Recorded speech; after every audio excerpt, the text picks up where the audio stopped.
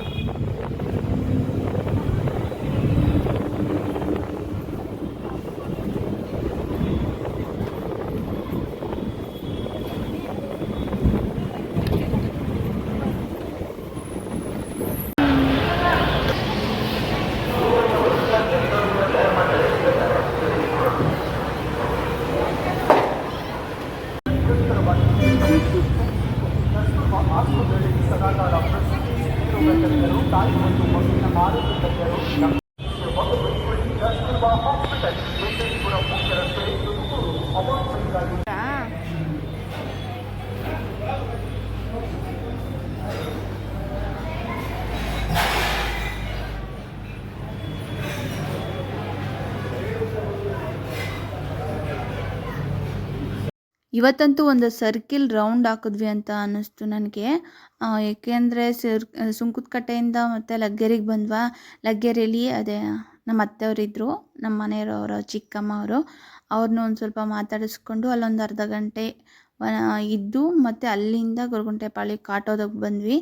ಅಲ್ಲಿಂದ ಮತ್ತೆ ಡೈರೆಕ್ಟು ಶಿರಾಕ್ಕೆ ಅಮ್ಮರೂರಿಗೆ ಹೋಗಿ ಅಮ್ಮರೂರಿಂದ ಪಾಪನೂ ಕರ್ಕೊಂಡು ತಿರುಗಿ ದಿವಸ ಹಾಗಲವಾಡಿಗೆ ಹೋಗೋಣ ಅಂತೇಳಿ ಅಂದ್ಕೊಂಡು ಆವಾಗ ಸಡನ್ನಾಗಿ ಪ್ಲ್ಯಾನ್ ಮಾಡ್ಕೊಂಡ್ವಿ. ಹಂಗಾಗಿ ಶಿರಾಕ್ಕೆ ಹೋಗೋಣ ಅಂತೇಳಿ ಅಲ್ಲಿಂದ ಡೈರೆಕ್ಟ್ ಬಸ್ಸು ಶಿರಾ ಬಸ್ ಹತ್ತಿದ್ವಿ. ಅಲ್ಲಿಂದ ಶಿರಾಕ್ಕೆ ಬಂದ್ವಿ. ಬರೋಷ್ಟೊತ್ತಿಗೆ ಒಂದು 4:30 ಆಯ್ತು ಅನಿಸುತ್ತೆ. ಊಟದ ಟೈಮ್ ಮೀರಿತ್ತು, ಹೊಟ್ಟೆ ಬೇರೆ ಹಸಿತಿತ್ತು.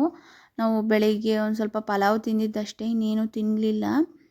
ಒಂದು ಸ್ವಲ್ಪ ಟೀ ಕುಡಿದಿದ್ವಿ ಆಂಟಿಯರ ಮನೆಗೆ. ಅಲ್ಲೂ ಊಟ ಮಾಡು ಅಂತ ಹೇಳಿದ್ರು, ಬಟ್ ನಮ್ಗೆ ಹೊಟ್ಟೆ ಹಸ್ತಿರ್ಲಿಲ್ಲ, ಹಾಗಾಗಿ ಊಟ ಮಾಡಲಿಲ್ಲ.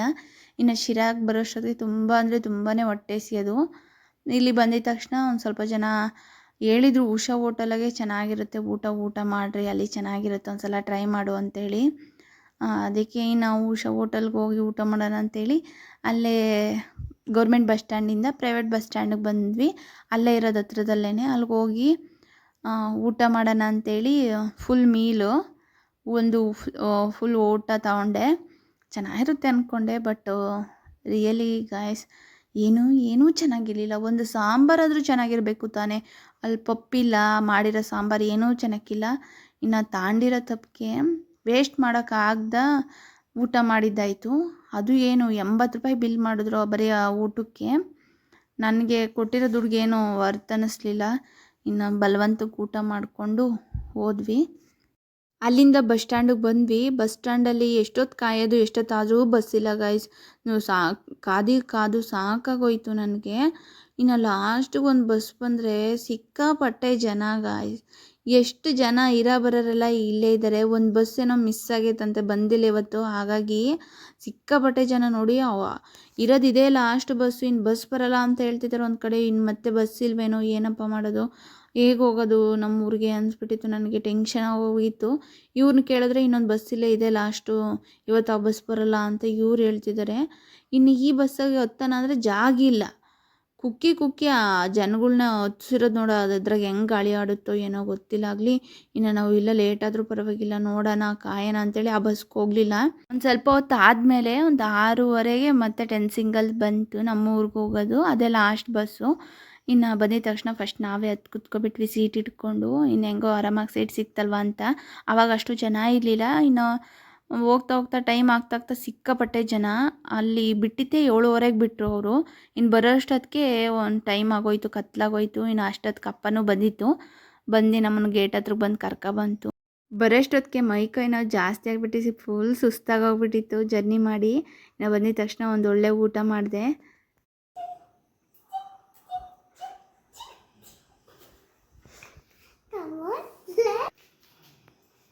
ಬಾಯ್ ಬಾಯ್, ಗುಡ್ ನೈಟ್. ಎಲ್ಲರೂ ಊಟ ಮಾಡಿ ಮಲಿಕೊಂಡಿದ್ದಾರೆ. ನನಗೂ ತುಂಬ ಅಂದರೆ ತುಂಬ ಟೈರ್ಡ್ ಆಗಿದೆ, ನಾನು ಮಲಿಕೋಬೇಕು. ಅಷ್ಟೇ ಇವತ್ತಿನ ವಿಡಿಯೋ ಇಲ್ಲಿಗೆ ಎಂಡ್ ಮಾಡ್ತಾಯಿದ್ದೀನಿ. ಐ ಹೋಪ್ ಈ ವಿಡಿಯೋ ನಿಮ್ಗೆ ಇಷ್ಟ ಆಯಿತು ಅಂತೇಳಿ. ಸೊ ಮತ್ತೊಂದು ವಿಡಿಯೋದಲ್ಲಿ ಸಿಗೋಣ. ಅಲ್ಲಿವರೆಗೂ ಬಾಯ್, ಲವ್ ಯು ಆಲ್.